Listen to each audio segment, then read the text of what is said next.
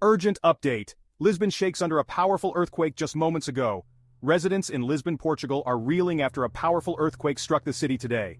Initial reports indicate significant damage to buildings and infrastructure. Emergency services are on the scene, working tirelessly to rescue those trapped under debris. Authorities are urging people to stay away from damaged areas and follow safety instructions.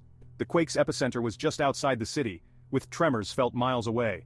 Hospitals are on high alert treating the injured, while evacuees are being moved to safer locations.